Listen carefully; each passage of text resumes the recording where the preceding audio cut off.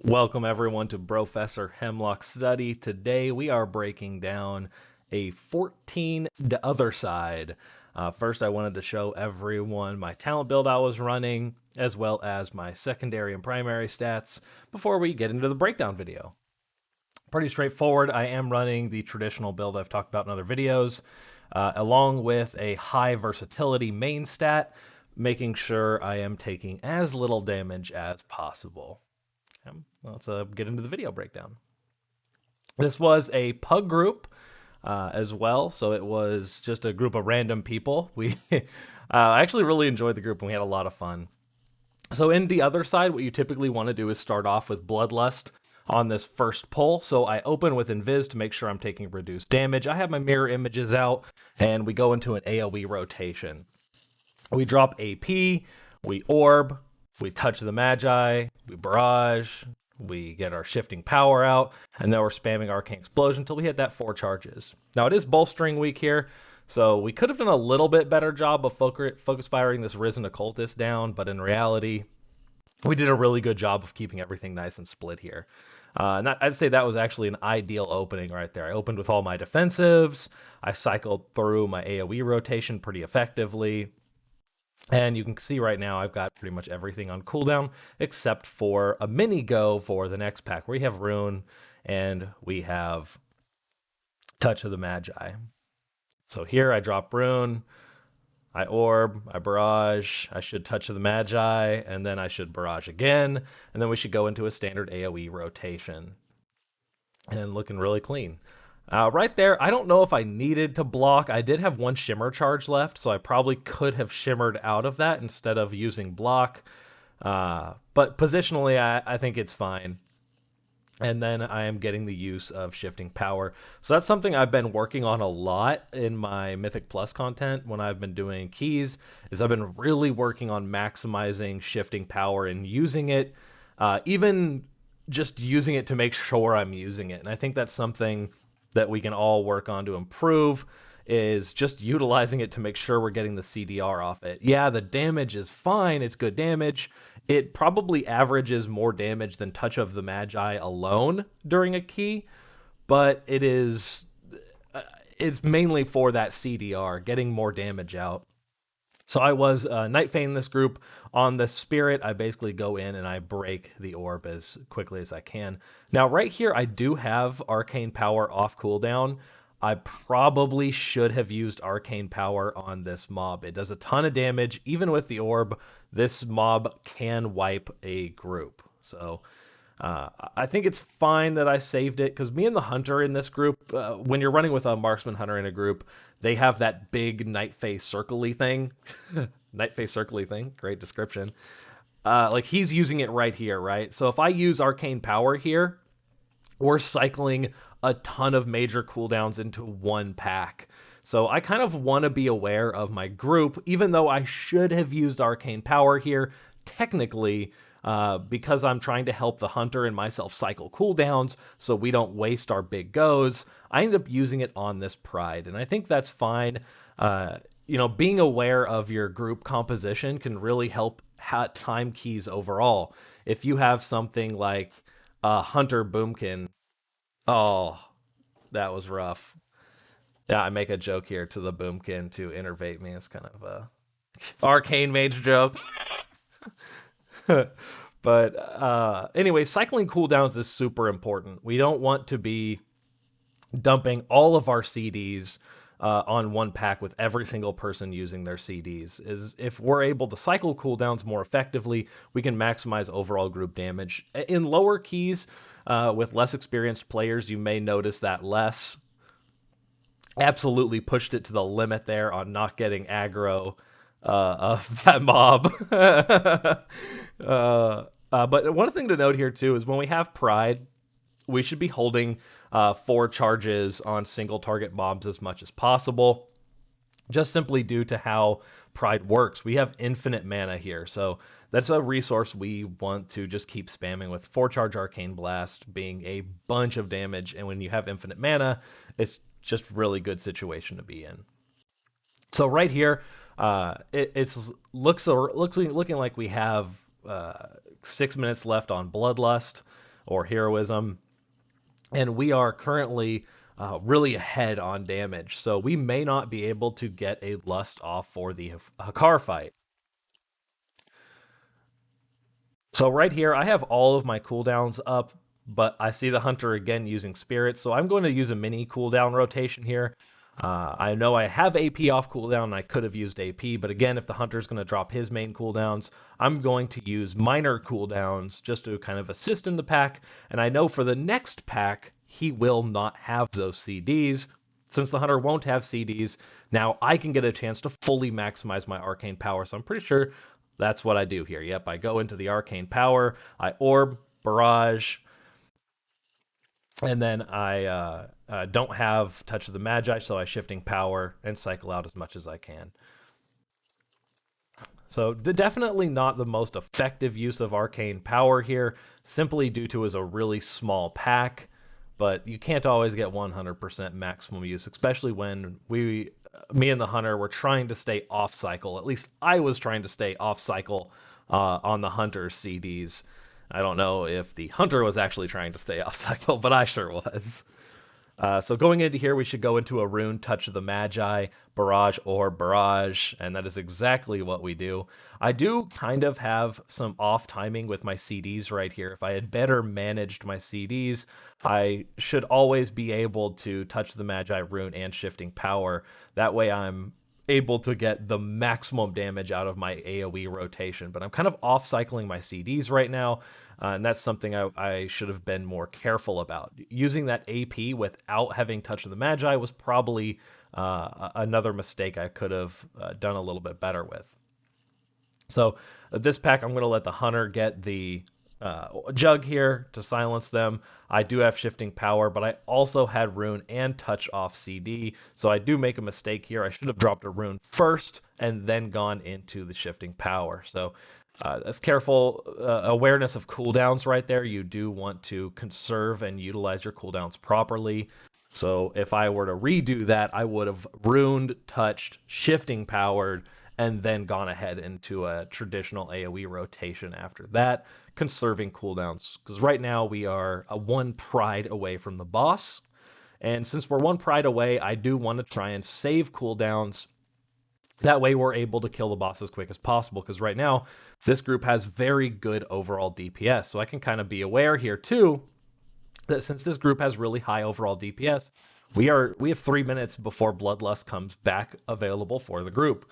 So we are definitely not going to make the timer for being able to Bloodlust on this boss. So I need to make sure that I have as much uptime with Pride as possible. I need to make sure I have all of my major cooldowns available. We're going to try and push a Tyrannical boss as hard as we possibly can without Bloodlust. So this is definitely not the best position to be in. Somewhat good position, because obviously our DPS is pushing the group really hard and fast. So right here, I go straight into a Touch of the Magi AP. I think I may be able to achieve a second Arcane power this fight, simply due to not having Bloodlust for it. Now again, something to note here, since we do have Prideful, you can look at my mana, it is not dropping. So I am spamming my Arcane Blast. I'm spamming. Missiles, only on Clearcast, of course. But I am just holding my charges and I am spamming. You have infinite amounts of mana. You should just be using as many Arcane Blasts in your rotation as possible. Something to also be aware of in this fight, the ads can fixate on you, so do be sure to save major cooldowns for it as well. Right there, I see some ads pack tied up. I have Shifting Power, I have Rune, and I do have Touch of the Magi as well. So unfortunately, I do get that Rune wasted, but I have Touch of the Magi, and I'm able to go back into a normal damage rotation.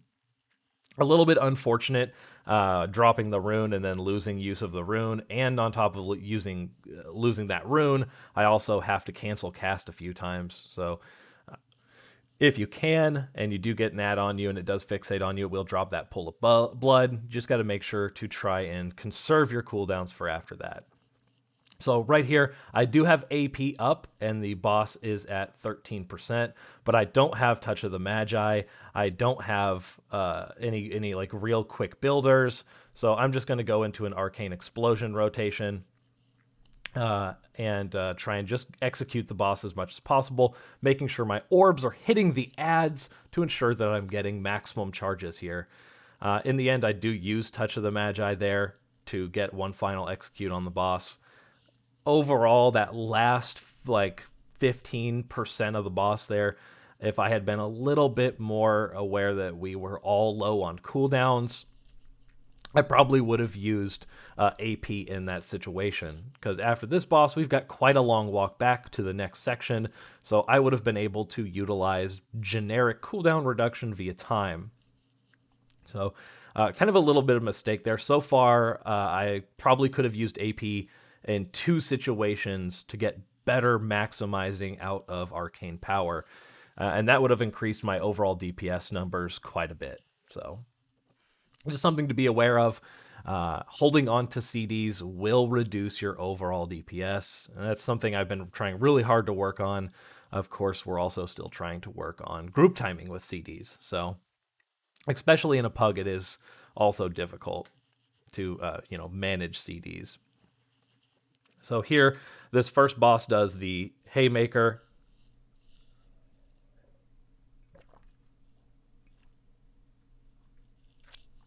So you'll just want to make sure you are ready to avoid the mechanic. Now, I should have right there used Alter Time.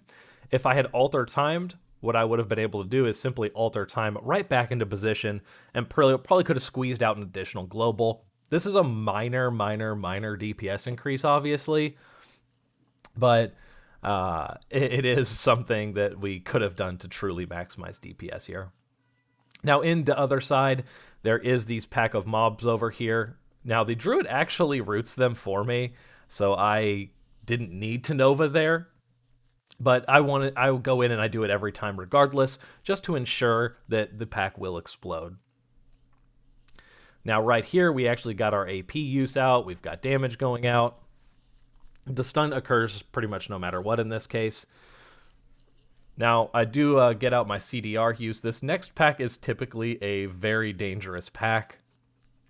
It is not fortified, though, so it shouldn't be that big of a problem, but the tank does split them out for bolstering, because that big mob is going to be a lot higher health pool. So something we can be aware of here is our kick CD. I do get my kick out there, and we're trying to keep our kick on cooldown as much as possible. And that was a great use of a little cooldown mini phase here. So again, against this target, I'm trying to... I don't have any CDs now, but Arcane Power is just coming up. But you don't want to Arcane Power on one mob like this. The mob is more of just a simple timed mob. You just want to kill it in a normal rotation. Again, something I could have done is I could have Alter Timed that Haymaker. Another small improvement I could make in gameplay there to maximize uptime. I love it. I stayed in there to try and get that kill. Gotta push it to the limit. Right here, I do see the Druid puts an Ursol's down, so we don't have to worry about the explosion-y boys. And I go into an AP use on one mob, and I end up wasting about 2 seconds of AP. But at that point, I'd held on to AP for an extremely long time, so I simply wanted to get it out. Now, right here, the tank doesn't need to pull them back further, but the tank unfortunately pulls them back further, so I lose out on my rune, and I waste some time sitting there going, why am I not in range of the mobs? Generically in this, the tanks are going to pull them forward, so you can move your position forward there as well. Kind of a little sneaky use there of Orb. What I did was I generated charges off of the mobs, and then I was able to get a 4-charge execute on the Lubricator there. Pretty good. So now after this pack, I know I will be having Pride. Right there again, I'm trying to just simply get more use out of my CDR. So I do make the mistake of I had Rune and Touch of the Magi on about 3 to 5 seconds of cooldown. So what I should have done was wait 3 to 5 seconds, drop my Rune, Touch of the Magi, Barrage, and then go into a CDR. But because I didn't, I lost out on maximizing damage. I could have had Rune for almost the entire duration of that pull. So I should have started off with like an Arcane Explosion, wait that 2 seconds, then Rune, then Touch of the Magi, Barrage. If I'd used my CDR then, I would have had Rune for the CDR. I would have gotten my Rune off cooldown quicker. Anyways, because I used Rune right after I used my CDR. So that's that's a big problem now. I've done that now 2 or 3 times during this dungeon so far. So I have been trying to improve on using my CDR more often, but at the cost of also sometimes I mistime it where I could have gotten a little bit better with utilizing Rune and Touch of the Magi. So make sure if you are going to use that CDR that you are doing your best to always making sure you're using Rune and Touch of the Magi. Our Druid does fall to an untimely death here. So right now we could have had a total of 40 seconds on Prideful, but the Druid suicides off the edge and dies, so we are losing some uptime right here. But I do have every cooldown. This fight is extremely dependent on having extremely good DPS. You need to pump really hard. And we use Lust on Maleficent. So I'm going to open with AP. It is still real important that we do as much damage as possible. And I'm thinking we could possibly get 2 uses of Arcane Power, if not pushing it to getting even more uses out of Arcane Power. Again, we have Pride, so I am simply trying to maximize DPS. Right there, what I could have done better is the Maleficent does the little stun things. I could have lined it up a little bit better to make sure that Millhouse got stunned, but I didn't. So I made a small mistake there. But you always can shimmer out of the stun so you don't get stunned. Just make sure you're in position to first take that damage. Now right here, I did soak the mechanic. Unfortunately, I tried to take my own advice there by shimmering out, but I just straight up shimmered into another stun. So that was definitely a mistake there. I could have been more aware of my shimmer positioning. So we're back at full mana. We don't have Prideful, and we got Lust, but we did not make our cooldown for AP short enough. We're about 30 seconds off. That 30 seconds means we won't line up AP with Lust. Now, is that the end of the world? Probably not.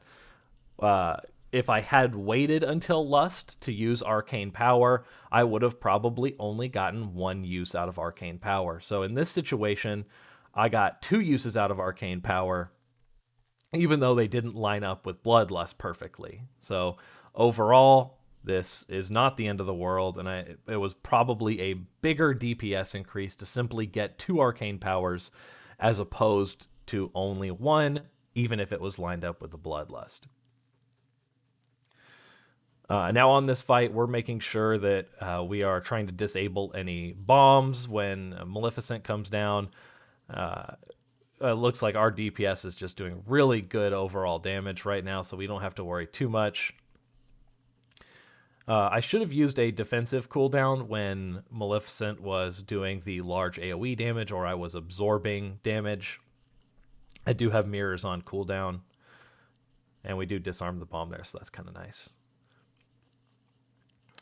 Now it looks like I perfectly utilized some cooldowns, but again, if you can kind of see what just happened there, I had the opportunity to rune into my CDR, but I didn't. It looks like I wasn't punished because we were able to down the boss before I would have even gotten 2 seconds out of my rune, but I did get full use out of my CDR for AP and Touch of the Magi, so really nice.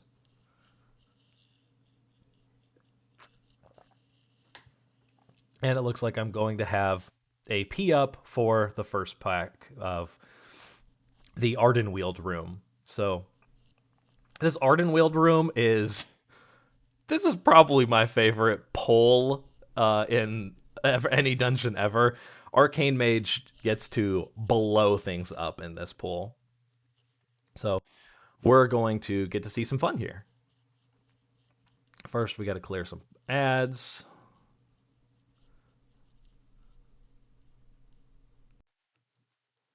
Now this Enraged Spirit is an absolute group killer. I do utilize AP here, well knowing that I'm going to have to leave my rune, and that's okay.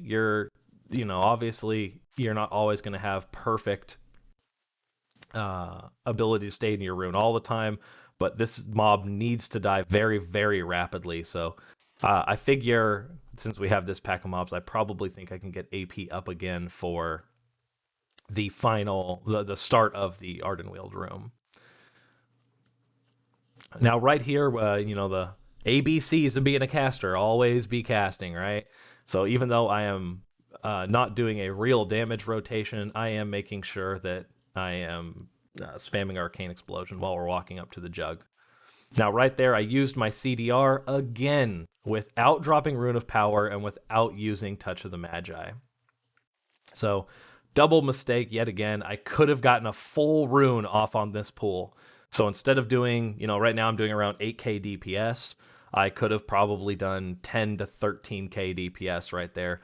All I would have had to do was use that global to drop Rune of Power. Our Boomkin had a full moon cleave there, which is why his DPS was 15k. He hit every mob for 20 to 40,000 with a full moon there. Gotta love Convoke.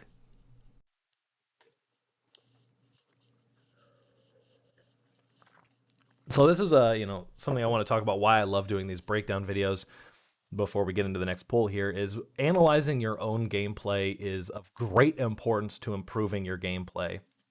If you are someone who is wondering why you're not pulling as much DPS as other Arcane Mage players, or if you're having issues, watching your own footage can be a dramatic improvement on your gameplay. So right here, I know this is going to be a big poll.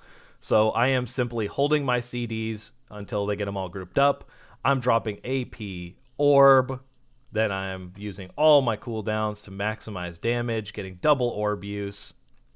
I probably could have Touch of Magi'd one of the mobs there to get more damage out. I do even use my second rune here, which I love that I did that. That was really good. Now I'm having even more uptime since this pack is going to be a thick HP pack. You're going to have Bolstering occur. We're getting as many orbs out as we can, and we're making sure we are staying out of these little swirlies on the ground here so we don't die. Now, right there, what happened? The tank bopped himself, and number 2 on the threat table just happened to be the Arcane Mage doing 15k DPS. So I got murdered, and I lose my food buff, and I lose int. So I do re-int myself, making sure we're trying to keep intellect up as much as possible. Unfortunate there that the tank decided to murder me. We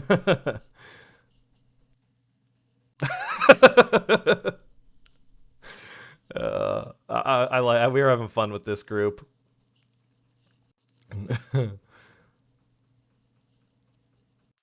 in the tank comments, better kill him. So right here, this Ardenweald room, we're going into another big CD cycle. So right here, I did pull aggro off the tank for a second.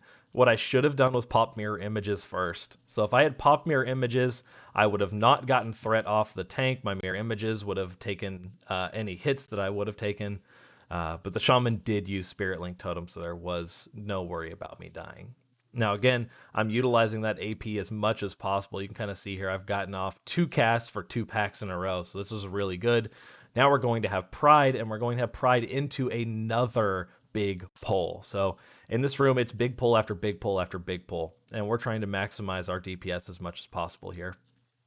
Right here, I'm going to cleave down the ads since I do have Execute, and I should be able to continually spam Execute and to finish off those mobs. And we do get them down. So right now I have pretty much everything on cooldown. So I got Touch on cooldown, I have Rune on cooldown, I have AP on cooldown. I should use my CDR here sometime soon, hopefully. Oh, I did it! I did it!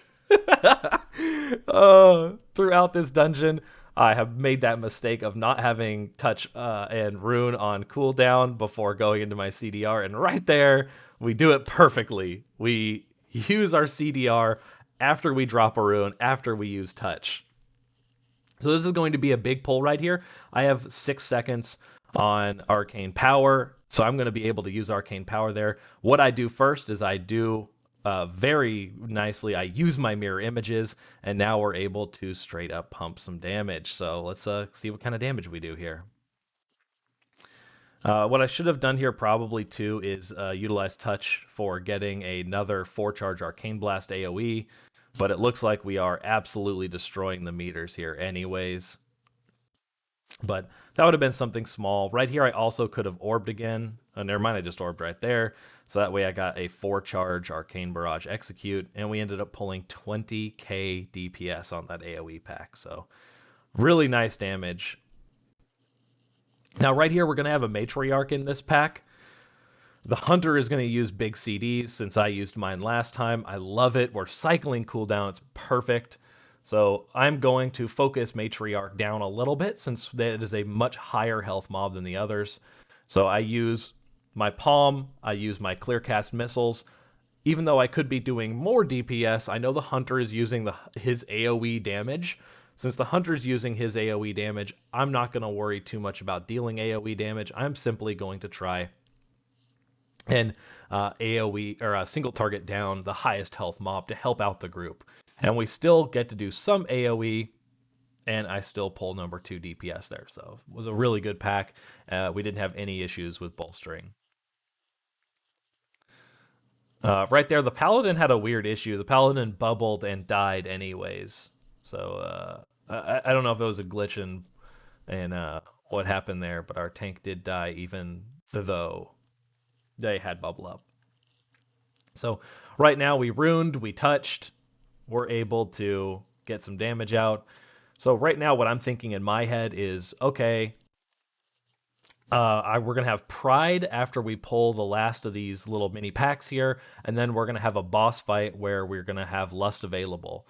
So I'm going to try and maximize my DPS as much as possible by saving my cooldowns for the boss here. So we can just have Pride and AP, and then we can see some insane single target damage. Since we do have Pride, I should have right here, I actually could have gotten a Rune of Power off right now. So that would have been something I could have done a little bit better.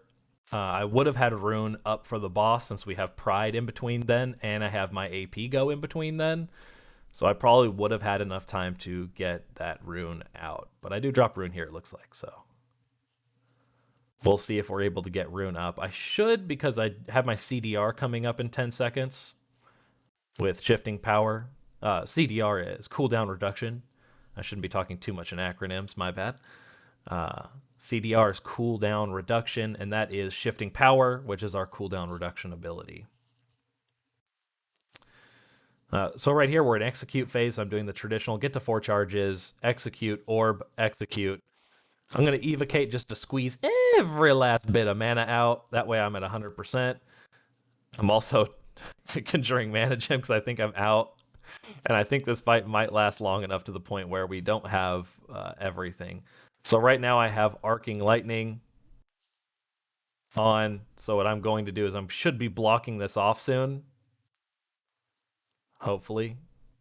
I do. Nice.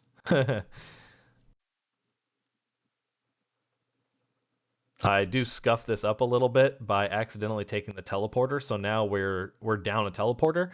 So on this right here, you can live it. I use all my defensives. I invis, I have mirror images and a barrier up, and I take no damage from it. So definitely I would have probably taken a death amount of damage there if I hadn't. So right here, you can kind of see, our Hunter gets the lightning and starts standing next to everyone. So right now our shaman is at 5 stacks of the arcing lightning and should be further away from me. I think I die here. Yeah, so I do get the arcing lightning on me uh, from the shaman and the hunter chain lightning each other way too much. We thankfully it was at the end of the boss and we still did good overall numbers. But I got murdered by my teammates there. Big bummer. But again, note that fight how we were. Basically, I was spamming Arcane Blast as much as possible. I had Rune, AP, and I had infinite mana.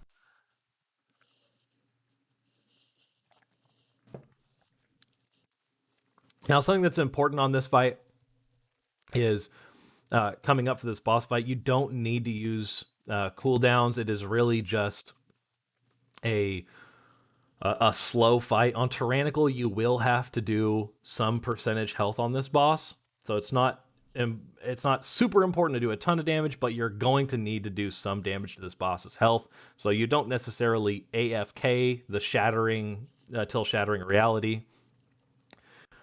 I do make sure I get my buffs up. So right now we want to make sure that we are saving our cooldowns for after Masala does his shattered reality. We can use our soft opener here. We could do like a rune opener here for sure. Probably even touch. Yeah, so we can use touch of the Magi. Shattered reality occurs after 1 minute of the initial opening of the fight. So I do a really good job of analyzing what cooldowns I can use. I utilize Rune, Touch of the Magi, and Palm. That way I know I will have those cooldowns up by the time I'm going into my Shattered Reality, where I'm going to save AP for that so we can single target down the ad alone and then hopefully one phase the boss. Now on this fight right here, the boss does these little orbs that deal AoE damage. You want to group up nice and tight to make sure that when the orbs go out,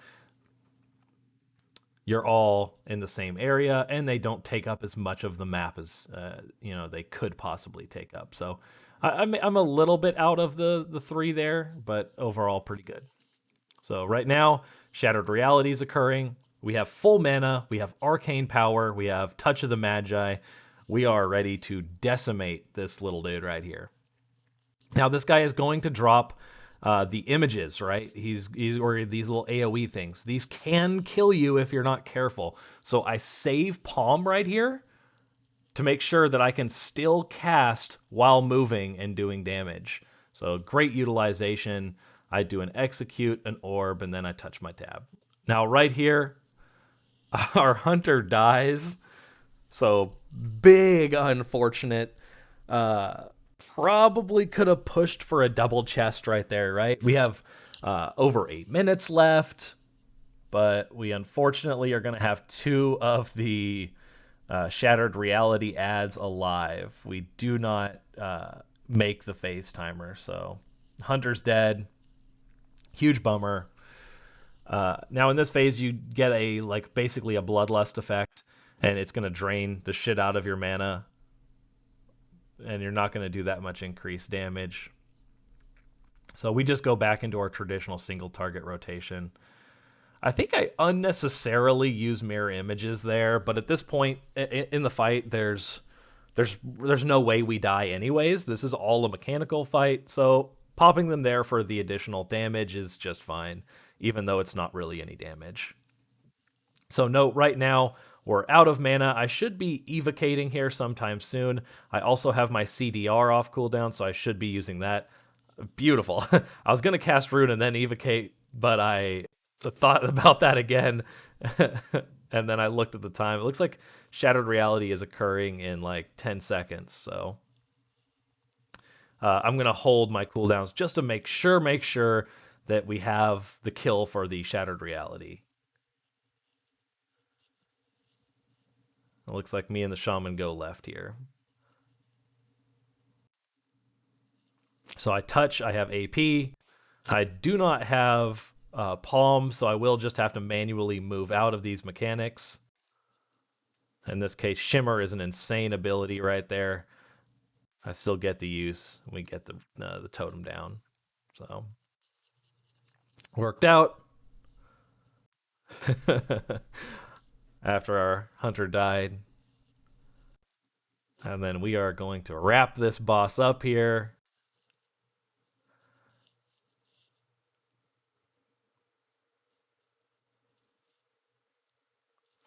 I make fun of the hunter. The hunter was trash talking before this. The dungeon run started saying he was going to beat me in DPS really heavily. He does get the B res here, so the hunter is up to finish the fight. We'll see who tops the meters at the end of this, though. We do have a Boomkin in the group, so, you know, Boomkins do Boomkin things, right? Master of Reality, or Master of Death, we're trying to just move out of the way. Boss is it. This is essentially 1% right here. It's a long execute phase, so we do get to utilize as much arcane barrages as we can, and the boss goes down. Beautiful run right there, and we finish it off. Let's see if we remove this little thing here. Nice and clean. Great finish. And we get some big loots. Woo! And we do end the dungeon, topping the meters. On the overall here, we did 5.8k DPS. We beat out a Boomkin and a Hunter. So, very clean run. This was a really clean run. And we can kind of note here things that I need to improve on as a player. I need to work more on my rune timing with Touch of the Magi, and I need to make sure that I'm using my CDR after casting those. Otherwise, it was a very clean run. I had one or two situations where I could have used AP and probably gotten a little bit more DPS out of there. If I cleaned those mistakes up, I could be pushing over 6k DPS very, very, very easily. Overall, though, great run. This was a 14 to other side. I want to thank everyone for watching. If you've stayed this long, please like, comment, and give me any suggestions if you think there's any other ways I can improve my gameplay. Everyone have a great day, and thank you for watching.